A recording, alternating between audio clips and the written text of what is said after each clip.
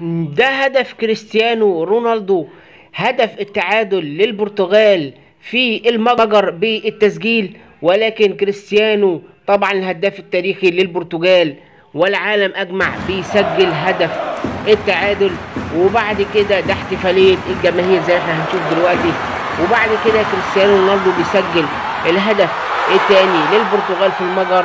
ولكن في اللحظه الاخيره وفي الدقيقه الاخيره بينجح سوبوسلاي نجم ليفربول صديق محمد صلاح انه يسجل هدف التعادل للمجر عشان يتأجل حسم التأهل للبرتغال في الجولة القادمة ان شاء الله.